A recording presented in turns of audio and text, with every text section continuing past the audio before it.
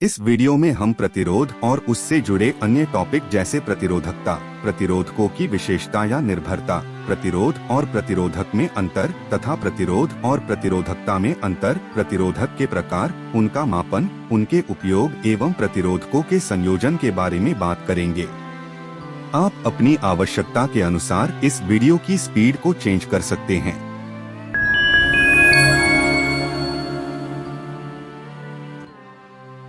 प्रतिरोध किसी वस्तु का गुण, विशेषता या एक प्रकार की क्रिया है जो किसी काम के बीच आने वाली बाधा या रुकावट को दर्शाता है। जैसे एक रोड पर चल रही गाड़ी के लिए घर्षण प्रतिरोध का कार्य कर रहा है, उसे उसका कार्य करने से रोक रहा है। यदि यह प्रतिरोध यानी घर्षण नहीं हो तो गाड़ी की स्पीड कभी कम नहीं होगी। अगर इस गाड़ी पर हवा की रुकावट को और जोड़ लिया जाए तो इसका प्रतिरोध और अधिक हो जाएगा। यदि हम सड़क पर गड्ढों को भी जोड़े तो और अधिक प्रतिरोध हो जाएगा। इसी प्रकार इलेक्ट्रिकल परिपथ में विद्युत धारा के बहाव को रोकने या कम करने का प्रयास करने वाले गुण को प्रतिरोध कहा जाता है। जो युक्ति इस गुण को प्रकट करने का काम करती है उसे प्रतिरोधक कहा जाता है। प्रतिरोध यह किन्हीं पदार्थों की प्रॉपर्टी होती है जो किसी इलेक्ट्रिकल सर्किट में इलेक्ट्रिक करंट को फ्लो होने से रोकता है। या आसान भाषा में कहें तो जब किसी चालक में विद्युत धारा प्रवाहित की जाती है तो चालक विद्युत धारा के मार्ग में रुकावट डालता है। इसे चालक का प्रतिरोध कहते हैं। इसी रुकावट को प्रतिरोध या रेजिस्टेंस कहते हैं और इस कंपोनेंट को रेजिस्टर कहते हैं। यह एक पैसिव इलेक्ट्रिकल कंपोनेंट होते हैं। प्रतिरोध को R से प्रदर्शित करते हैं और इसका SI मात्रक ओम होता है। चूंकि ओम ने अपने नियम में इसे परिभाषित किया, इसलिए उनके सम्मान में इसका मात्रक ओम रखा गया।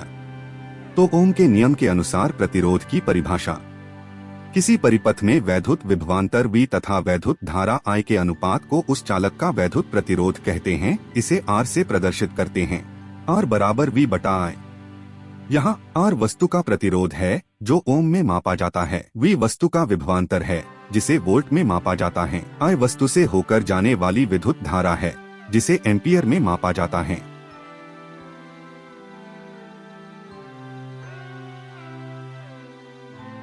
एक ओम जूल सेकंड प्रति वर्ग कूलाम के तुल्य होता है। प्रतिरोध R का विमीय सूत्र इस प्रकार होता है। चालक तार के प्रतिरोध की निर्भरता। जब धातु प्राकृतिक रूप में पाई जाती है तो इसका एक गुण होता है प्रतिरोध। हर पदार्थ का कुछ ना कुछ प्रतिरोध होता ही है। जिनमें ज्यादा होता है उनको अचालक और जिनमें कम होता है उनको चालक बोलते हैं। तो जब हम इन चालक धातुओं का उपयोग वैद्युतिक तार बनाने में करते हैं तो हम उस धातु की भौतिक स्थितियां चेंज कर रहे होते हैं, जैसे लंबाई, क्षेत्रफल, उसकी मात्रा आदि, जिससे इसकी वह विशेषता भी प्रभावित होती है। तो इससे उसके प्रतिरोध मान में भी बदलाव होता है। तो चलिए देखते हैं कि किसी चालक तार का प्रतिरोध किन किन बातों पर निर्भर करता है। तार की लंबाई पर। किसी तार का प्रतिरोध उसकी लंबाई के समानुपाती होता है, अर्थात तार की लंबाई जितनी अधिक होगी उसका प्रतिरोध उतना ही अधिक होगा। तार की मोटाई पर। किसी तार का प्रतिरोध उसके अनुप्रस्थ काट के क्षेत्रफल के व्युत्क्रमानुपाती होता है, अर्थात तार जितना अधिक मोटा होगा उसका प्रतिरोध उतना ही कम होगा और तार जितना अधिक पतला होगा उसका प्रतिरोध उतना ही अधिक होगा। चालक के पदार्थ पर। विभिन्न पदार्थों के तार समान लंबाई और समान मोटाई के हो तो उनके प्रतिरोध अलग अलग होंगे। हर धातु में यह अलग अलग पाया जाता है, जिसे प्रतिरोधकता या विशिष्ट प्रतिरोध कहते हैं, या सामान्य भाषा में कहें तो जिसे हम प्राकृतिक प्रतिरोध कह सकते हैं। चालक के ताप पर। तापमान बढ़ने से चालक का प्रतिरोध बढ़ता है, अर्थात एक चालक तार का प्रतिरोध उसकी भौतिक ज्यामिति जैसे लंबाई और क्षेत्रफल तथा वह पदार्थ जिससे वह चालक तार बना हुआ है पर निर्भर करता है। जहाँ L चालक तार की लंबाई है मीटर में, A तार का अनुप्रस्थ परिच्छेद क्षेत्रफल है वर्ग मीटर में, पदार्थ की प्रतिरोधकता है ओम में। इस सूत्र से हमें पता चलता है कि प्रतिरोध तार की लंबाई के समानुपाती होता है और अनुप्रस्थ काट क्षेत्रफल के व्युत्क्रमानुपाती होता है, अर्थात लंबाई के बढ़ने पर प्रतिरोध बढ़ता है और क्षेत्रफल के बढ़ने पर कम होता है। तथा हर पदार्थ का विशिष्ट प्रतिरोध अलग अलग होता है जो उनमें प्राकृतिक तौर पर पाया जाता है। प्रतिरोधकता या विशिष्ट प्रतिरोध। प्रतिरोधकता पदार्थों का एक महत्वपूर्ण गुण होता है जो हर पदार्थ में प्राकृतिक तौर पर पाया जाता है, जिसके कारण हर पदार्थ का कुछ ना कुछ प्रतिरोध होता है, किसी का कम तो किसी का ज्यादा। और कह सकते हैं कि धातुओं में प्रतिरोध के गुण को उत्पन्न यही करता है। तो प्रतिरोधकता को इस प्रकार परिभाषित किया जाता है। एक चालक तार के 1 मीटर लंबाई वाले व 1 वर्ग मीटर अनुप्रस्थ काट क्षेत्रफल वाले टुकड़े का प्रतिरोध उस तार की प्रतिरोधकता कहलाती है। इस सूत्र में P प्रतिरोधकता है, तो इसे हल करने पर प्रतिरोधकता का सूत्र इस प्रकार प्राप्त होता है। तो चलिए अब हम इसके मात्रक को निकालते हैं। चूंकि हमें पता है प्रतिरोध का मात्रक ओम होता है और क्षेत्रफल एरिया का मात्रक वर्ग मीटर होता है तथा लंबाई की इकाई मीटर होती है। अब इन तीनों इकाइयों को हम ऊपर के सूत्र में रख देते हैं। यहाँ बटा के m से ऊपर के m में से एक m कैंसिल हो जाएगा और केवल ओम मीटर ही बचेगा। अतः प्रतिरोधकता की इकाई ओम मीटर होती है। इकाई से मतलब है कि प्रतिरोधकता की गणना और इसका मापन ओम मीटर में ही किया जाएगा। धातु और मिश्र धातु की प्रतिरोधकता बहुत कम होती है। चालक धातुओं की 10 की घात -8 तक और मिश्र धातु की 10 की घात -6 तक होती है, इसलिए वह अच्छे चालक होते हैं। जबकि विद्युत रोधी पदार्थों की प्रतिरोधकता का मान अत्यधिक होता है, 10 की घात -11 से 16 तक, इसलिए इनका उपयोग अचालक के रूप में किया जाता है। उदाहरण के लिए चांदी की प्रतिरोधकता अन्य सभी पदार्थों की तुलना में सबसे कम है, अतः इन सभी में चांदी सबसे अच्छा चालक है। और लोहे की अपेक्षा पारे की प्रतिरोधकता अधिक होती है। इस कारण पारे से लोहा अधिक अच्छा विद्युत का चालक है। रेजिस्टेंस और रेजिस्टर में अंतर बस इतना है कि रेजिस्टेंस एक राशि है और रेजिस्टर रेजिस्टेंस पैदा करने वाली डिवाइस होती है। इलेक्ट्रिकल में दोनों का मतलब प्रतिरोध ही होता है। प्रतिरोध किसी पदार्थ या युक्ति का गुण है जो विद्युत धारा का विरोध करता है, और प्रतिरोधक वह युक्ति या पदार्थ है जो यह गुण उत्पन्न करती है। अर्थात प्रतिरोधक की विशेषता ही प्रतिरोध है, अर्थात प्रतिरोधक का कार्य प्रतिरोध उत्पन्न करना है। प्रतिरोध के प्रकार। विभिन्न इलेक्ट्रॉनिक कंपोनेंट्स में विभिन्न प्रकार के प्रतिरोधकों का उपयोग किया जाता है। प्रत्येक की अपनी विशेषताएं, अनुप्रयोग और लाभ होते हैं। विभिन्न प्रतिरोधक अपने निर्माण, आकार, करंट रोकने की क्षमता के आधार पर भिन्न भिन्न होते हैं। हालांकि सबसे सामान्य प्रकार के प्रतिरोधों को मोटे तौर पर निम्नलिखित 2 श्रेणियों में विभाजित किया गया है। रैखिक प्रतिरोधी, अरैखिक प्रतिरोधी। वे प्रतिरोध जो एक समरूप प्रतिरोध को बनाए रखते हैं और इनका मान लगभग नियत रहता है जब तक कि उनके मान में परिवर्तन नहीं किया जाए। यह अपने पूरे कार्यकाल में समरूप प्रतिरोध उत्पन्न करते रहेंगे जब तक कि इनकी भौतिक परिस्थितियां स्थिर रहती हो। इन प्रतिरोधों का प्रतिरोध कभी समरूप नहीं रहता है। यह विभिन्न स्थितियों में अपना मान बदल देते हैं। वे प्रतिरोध जो ओम के नियम का पालन करते हैं वो रेखीय प्रतिरोध कहलाते हैं। वे प्रतिरोध जो ओम के नियम का पालन नहीं करते हैं, अर्थात उसके अनुसार प्रतिरोध उत्पन्न नहीं करते हैं, उनको अरेखीय प्रतिरोध कहा जाता है। हम यह कह सकते हैं कि इस प्रकार के प्रतिरोधों का V और I अनुपात समान रहता है। जैसे वोल्टेज के बढ़ने पर इनका मान V I अनुपात के अनुसार बढ़ेगा। इस प्रकार के प्रतिरोधकों का V और I अनुपात समान नहीं रहता है। एक नॉर्मल ऑपरेटिंग वोल्टेज से अधिक वोल्टेज के बढ़ जाने पर इनकी वैल्यू भी बदल जाती है। इन प्रतिरोधकों का मान परिवर्तित करने पर एक समरूप परिवर्तन होता है, इसलिए इन्हें रेखीय कहते हैं। जबकि इन प्रतिरोधकों का मान परिवर्तित करने पर अनियंत्रित परिवर्तन होता है, अर्थात थोड़ा बहुत परिवर्तन से इनका मान बहुत ज्यादा बदल जाता है, इसलिए इन्हें अरेखीय कहा जाता है। माना जैसे अभी इस प्रतिरोधक का मान 6 ओम से थोड़ा ज्यादा जैसे 12 ओम पर सेट करना है तो यह अचानक बहुत बढ़ गया। अब हमें इसे 12 पर सेट करने में बहुत मशक्कत करनी पड़ेगी। मतलब हमने इसके मान में थोड़ा सा परिवर्तन किया, लेकिन इसके मान में बहुत ज्यादा परिवर्तन हो गया, अर्थात हमारे नियंत्रण में न होकर अनियंत्रित होकर बढ़ता है। यह वोल्टेज के बढ़ने के साथ बढ़ रहे तापमान से प्रभावित नहीं होते हैं, अर्थात यह प्रतिरोध अपने ऑपरेटिंग तापमान पर भी अपनी वैल्यू को नियत बनाए रखते हैं। जबकि इस प्रकार के प्रतिरोध का मान कार्यकारी तापमान के बढ़ने से बढ़ जाता है। जैसे उदाहरण के लिए एक परिपथ में लगे बल्ब को जब ऑन किया जाता है तभी इसका तापमान और टंगस्टन फिलामेंट का प्रतिरोध नाटकीय रूप से बढ़ने लग जाता है।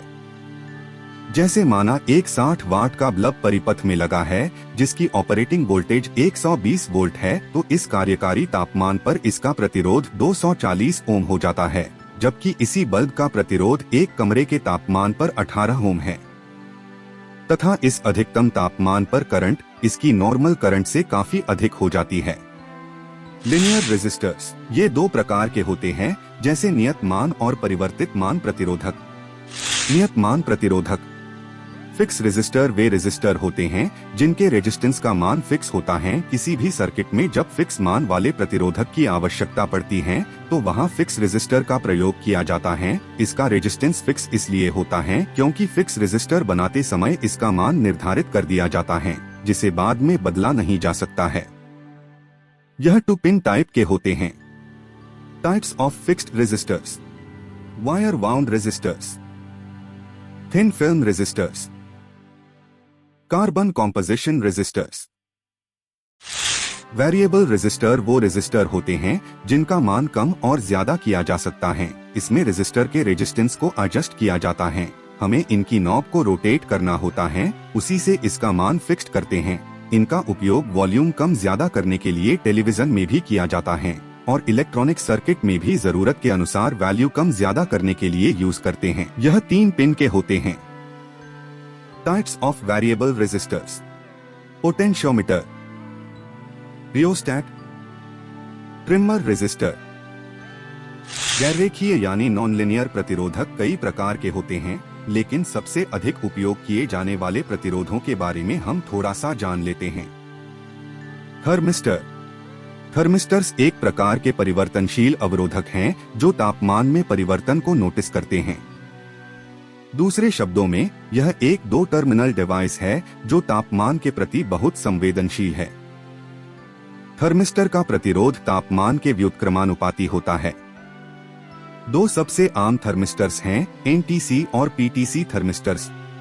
एनटीसी थर्मिस्टर्स में तापमान बढ़ने पर उनका प्रतिरोधक कम हो जाता है।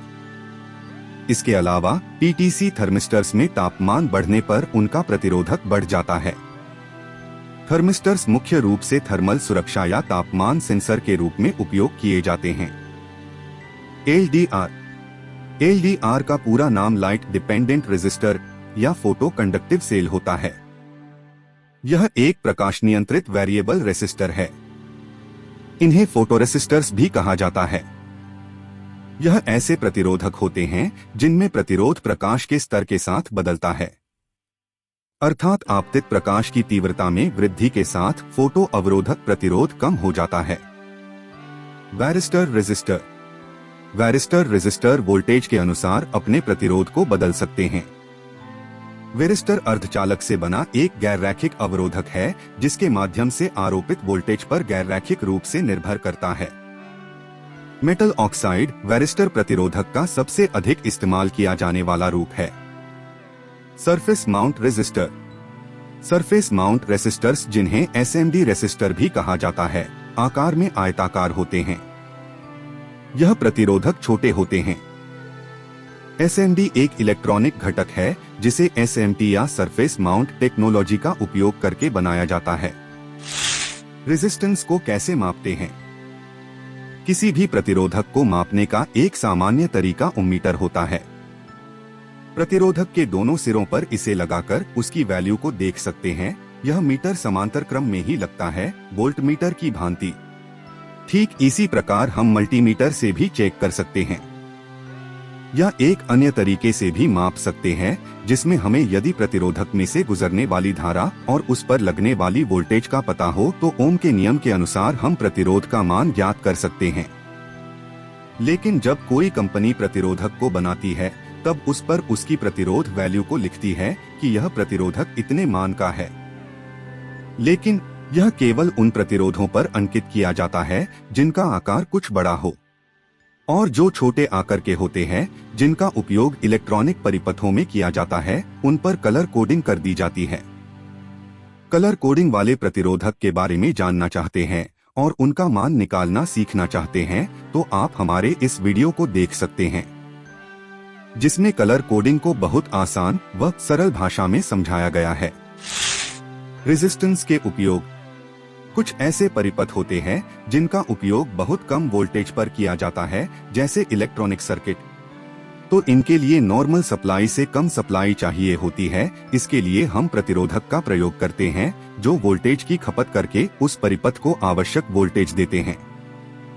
कभी कभार मापन यंत्रों को हाई वोल्टेज पर उपयोग करना होता है, तो अब उन मापन यंत्रों की इतनी क्षमता होती नहीं है कि वो इतनी वोल्टेज को सहन कर सके, तो इसके लिए उस मीटर के श्रेणी में उच्च मान का प्रतिरोधक लगा देते हैं, जैसा हम वोल्ट मीटर में करते हैं पोटेंशियोमीटर के रूप में।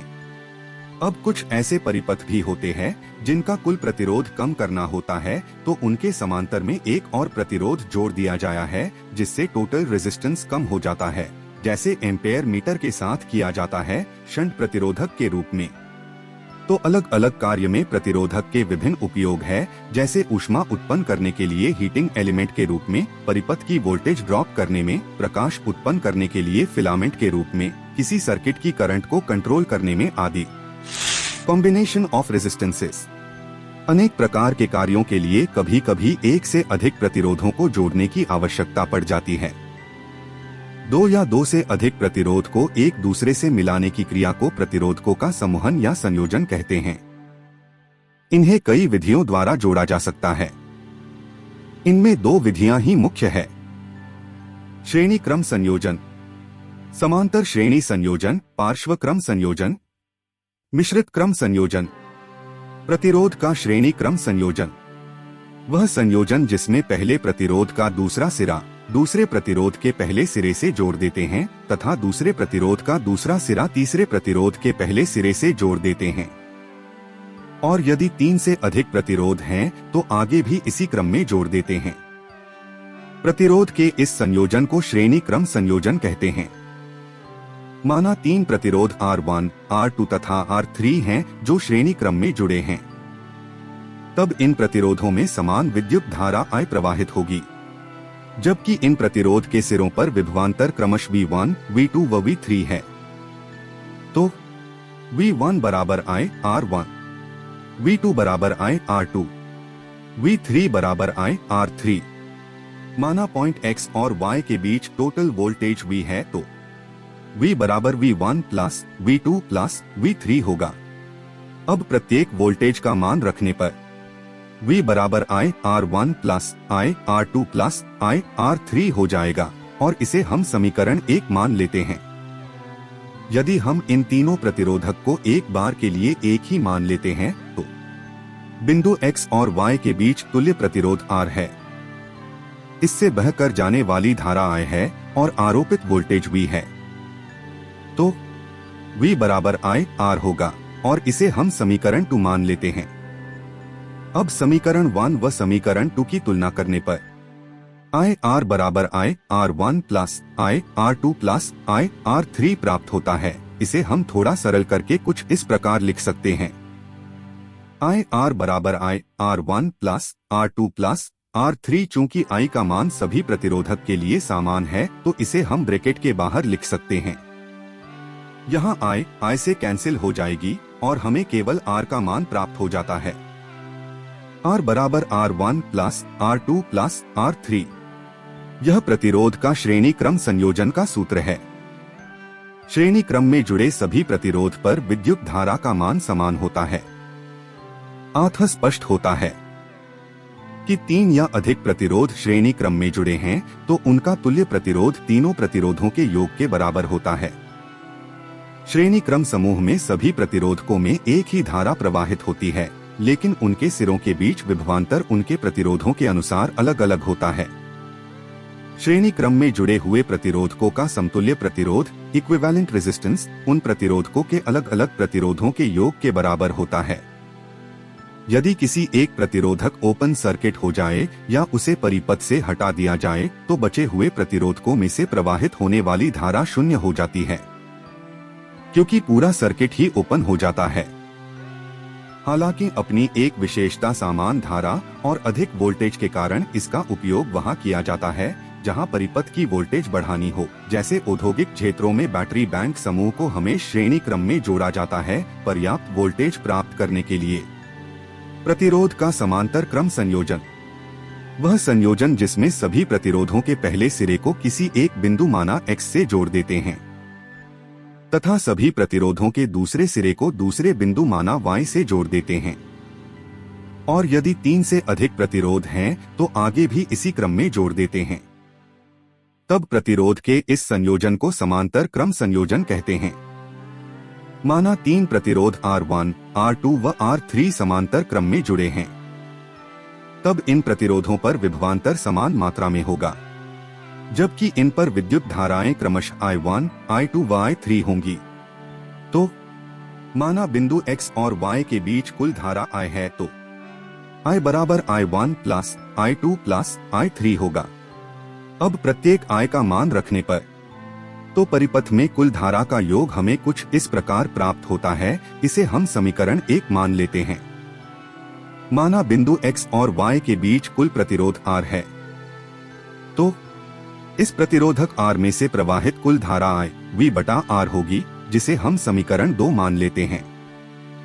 समीकरण 1 व समीकरण 2 की तुलना करने पर चूंकि वोल्टेज का मान सभी प्रतिरोधक के लिए समान है तो इसे हम ब्रैकेट के बाहर लिख सकते हैं। यहाँ V से कैंसिल हो जाएगी और हमें समांतर परिपथ के कुल प्रतिरोध का सूत्र प्राप्त हो जाता है। ये नीचे बटा में जितने भी मान के प्रतिरोध है इनका लघुत्तम निकलकर हल करना होता है। अभी के लिए हम मान लेते हैं कि इसे हल करके हमें X मान प्राप्त हुआ, तो 1 बटा R T बराबर 1 बटा X हो जाएगा। लेकिन हमें तो केवल R की वैल्यू चाहिए, तो इसके लिए हम इसे पलट देते हैं, जिससे हमें परिपथ का टोटल प्रतिरोध प्राप्त हो जाता है। यही प्रतिरोध का समांतर क्रम संयोजन का सूत्र है। समांतर क्रम संयोजन में जुड़े प्रतिरोधों पर विभव की मात्रा समान होती है, लेकिन उनके प्रतिरोधों के मान के अनुसार उनमें अलग अलग धारा प्रवाहित होती है।